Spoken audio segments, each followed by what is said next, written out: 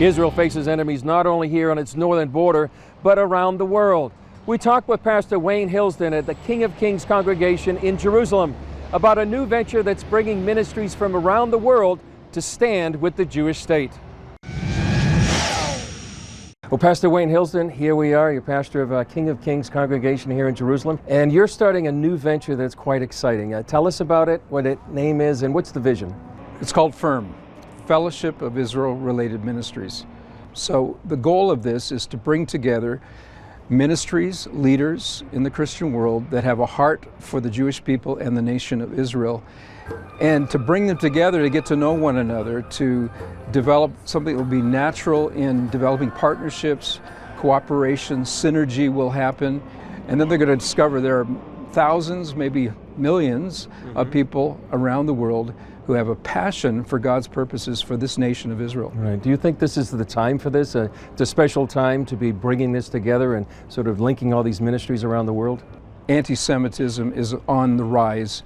It reminds us a lot of the 30s leading up to the rise of Hitler, and there was a passivity even among Christians at that time and allowing that to take place. And there was a warped theology that we call replacement theology, believing that God is finished with the Jews. He's replaced the Jewish people with the church. The church is the new chosen people, and the Jews are passé. In fact, God has rejected them altogether. And so this is the time to stop anti-Semitism. This is the time to correct an errant theology. It's not biblical. And we're going to be teaching that very clearly from the scriptures. It's also a time to hand on the torch of truth about Israel to next generations. Millennials, we call them, age 18 to 34.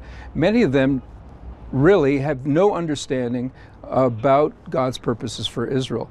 In my generation, we all remember the Holocaust like it happened yesterday. We remember the establishment of the State of Israel in 1948. We saw the victories of Israel against all odds, winning the Six-Day War in 1967.